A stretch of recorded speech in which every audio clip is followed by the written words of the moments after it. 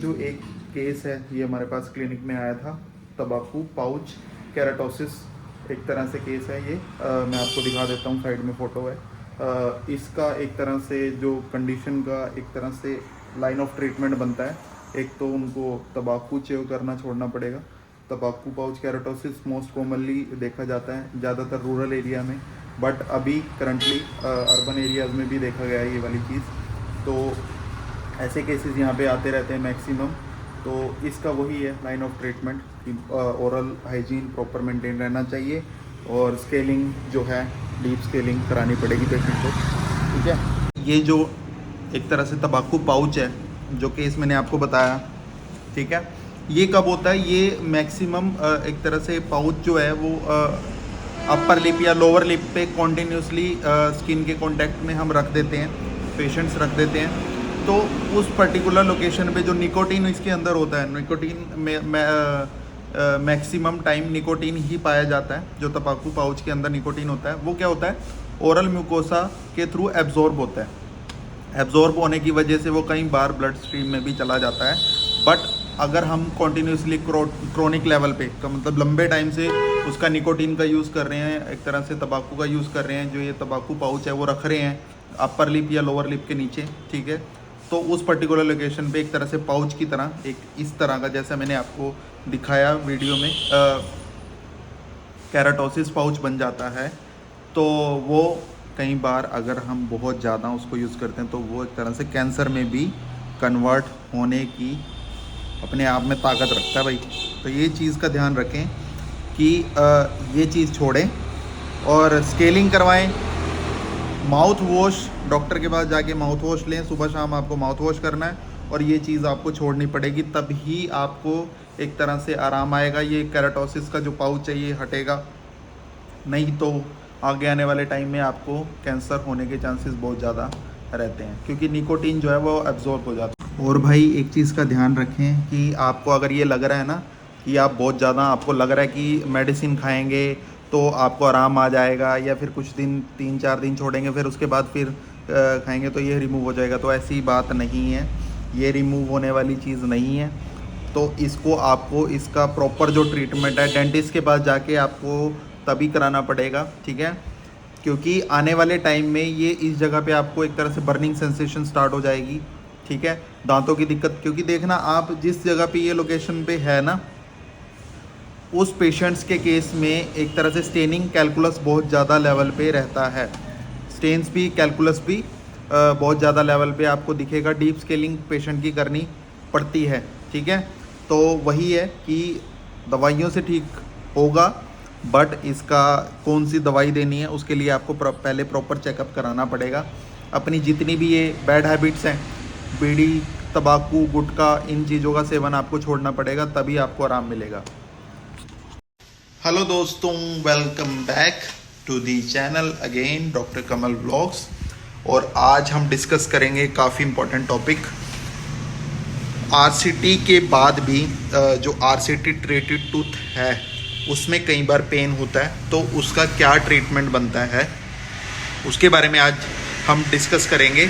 अब देखो, RCT treated tooth में भी कई बार क्या होता है, देखो मैं आपको बताता हूँ कि ये जैसे ये है, यहाँ पे इस जगह पे आरसीटी इस दांत की हुई है और इस जगह पे यहाँ पे कैप वगैरह लगा दी है, सब कुछ कर दिया है, बट इस जगह पे जहाँ पे ये मसूड़ा है आप देख रहे हो, यहाँ पे इस जगह मसूड़े वाली जगह पे कई बार क्या होता है, एक हल्का सा पिन पॉइंट, बिल्कुल एक तरह से वो कहते हैं ना छाला टाइप बन जाता है, जिसमें कि कई बार पेन होता है, कई बार वो पेनलेस भी होता है।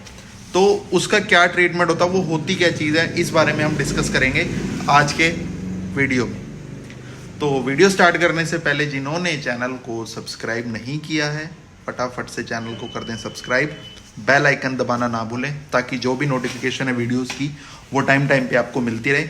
तो चलिए स्टार्ट करते हैं आज की वीडियो। तो देखो, सबसे पहले जो उसका एक तरह से इलाज है, ठीक है, आप घरेलू नुस्खे तो मैंने जो वीडियोस बनाई हैं वो तो करें, बट उसका सबसे पहले आपको क्या करना है कि रात को सोने से पहले ब्रश करना है, और उस एरिया को ज़्यादा रगड़ना नहीं है, सॉफ्ट ब्रश से आप ब्रश करें, उसको आपको रफली नहीं रगड़ना और स्मूथली एक तरह से सर्कुलर मोशन में उसको रगड़ना है, ठीक है।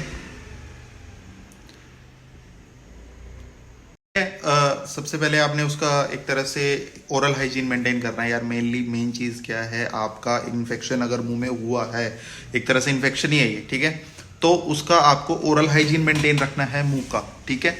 रात को सोने से पहले ब्रश करें, माउथ वॉश जरूर करें, सुबह शाम आपको माउथ वॉश करना है। अगर आपके पास माउथ वॉश नहीं है तो आप क्या करें कि फिटकरी वाला जो पानी होता है, फिटकरी डाल के उसमें पानी में और थोड़ा सा नमक उसमें ऐड करके आपको कुरला करना है।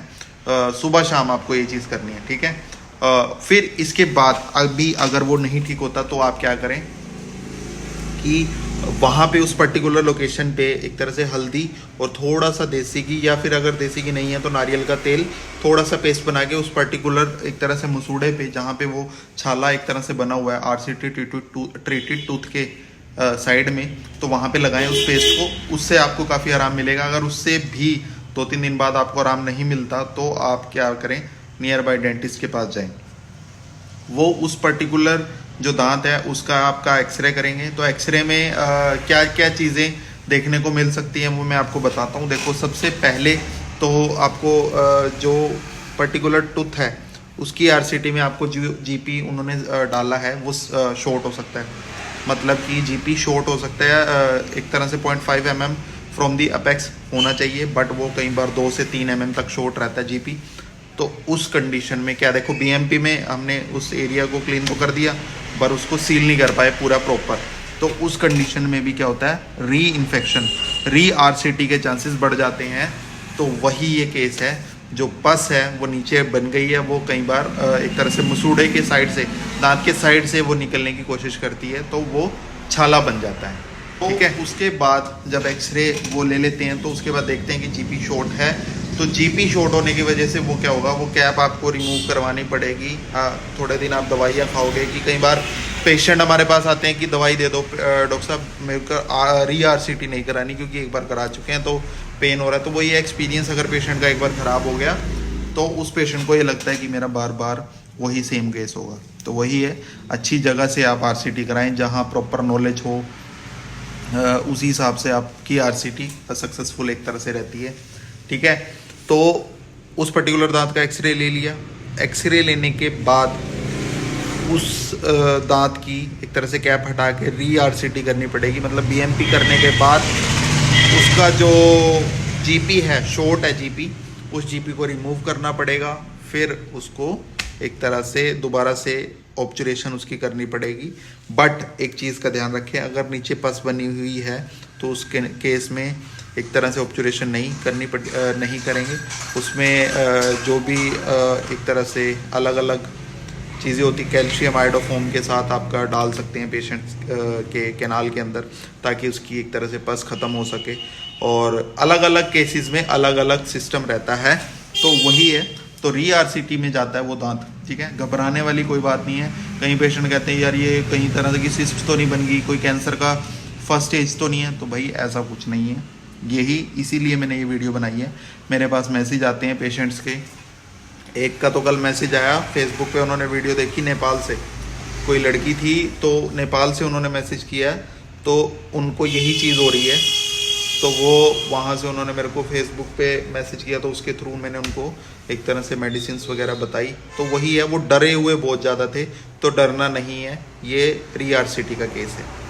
उसकी री RCT हो जाती है, ठीक है, ऑब्चुरेशन हो जाती है, बट उससे पहले पस पूरा एक तरह से ख़त्म होना चाहिए। एक्सरे IOPA देखने के बाद हम उसका ऑब्चुरेशन करते हैं, फिर उसमें कैप लगाते हैं, ठीक है। डरने वाली कोई बात नहीं है, कोई कैंसर वैंसर की चीज़ नहीं है, ये ठीक हो जाती है चीज़। बट इसका आपको प्रॉपर लाइन ऑफ ट्रीटमेंट जो पेशेंट को डॉक्टर बोलता है उस हिसाब से आपको करना पड़ेगा, कोई अपनी मनमानी नहीं करनी, ठीक है।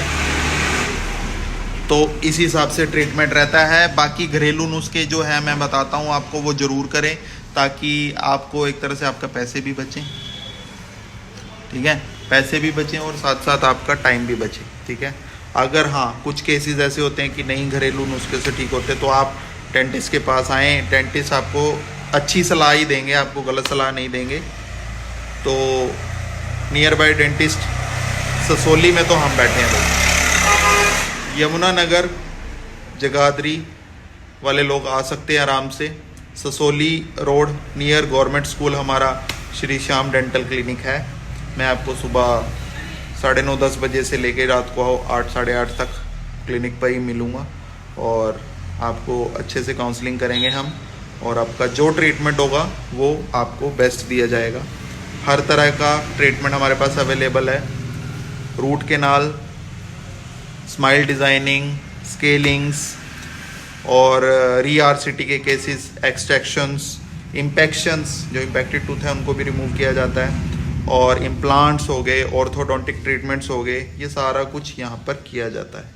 तो आप आएँ और ऐसे ही प्यार बनाए रखें, ज़्यादा से ज़्यादा वीडियो को शेयर करें। जल्दी ही मिलते हैं आपसे नेक्स्ट वीडियो में अच्छे टॉपिक के साथ। जय हिंद।